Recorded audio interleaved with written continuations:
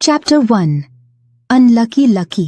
कहते हैं कि दिल्ली दिलभरों की है, दिल जलों की है।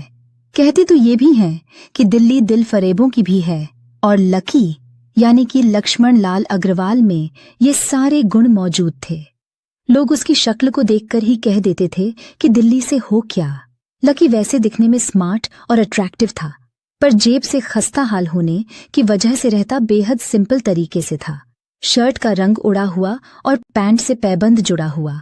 कहने को तो उसकी उम्र के लड़के दिल्ली की सड़कों पर रात को मोटर बाइक दौड़ाते थे, लेकिन लकी उर्फ लक्ष्मण लाल अग्रवाल सिर्फ कमरे से कॉलेज में पढ़ाई और गर्लफ्रेंड डिम्पल के साथ थोड़ा वक्त बिताना, फिर कॉलेज से दुकान से जब होम डिलीवरी आए तो वहां और फिर घर चला जाता था। हाँ, कभी कभी जब वो किसी लड़के को खाली सड़क पर मोटर बाइक दनदनाते हुए देखता तो कहता, एक दिन अपना टाइम भी आएगा जब मैं चश्मा लगाकर बैठूंगा और मेरे पीछे डिम्पल को बैठाऊंगा।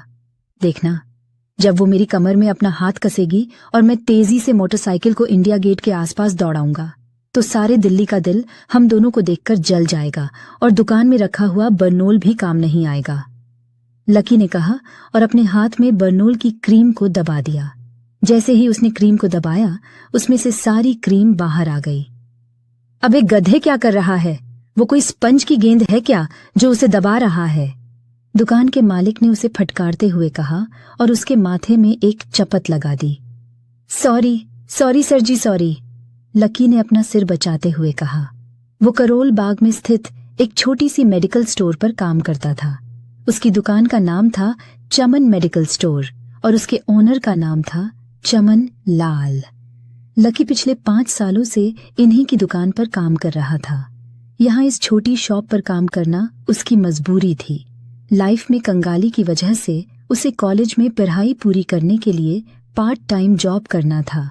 उसने कई अच्छी जगह अच्छी तनख्वाह की नौकरी ढूंढी पर नहीं मिली और वो इस मेडिकल पर ही अटक कर रह गया। गधे, अब इसके पैसे कौन तेरा बाप भरेगा? कटेगा। इसका पैसा भी तेरी तनख्वाह से कटेगा और MRP से डबल कटेगा। चमन ने अपने दांतों को किचमिचाते हुए कहा। गुस्से की वजह से उसकी नाक फूल गई थी और लकी की सांसें। उसने घबराते हुए ओनर से पूछा, MRP से डबल क्यों सर जी? ताकि अगली बार से ऐसी कोई हरकत करने से पहले तू डबल बार सोचे, चमन ने कहा और उसके हाथ से ट्यूब छीन ली। उसका जी तो चाह रहा था कि वो लकी की खोपड़ी पर और एक बार अपना हाथ साफ कर ले, लेकिन उससे पहले ही दुकान का फोन बजने लगा। फोन की घंटी बजते ही लकी को वहां से निकल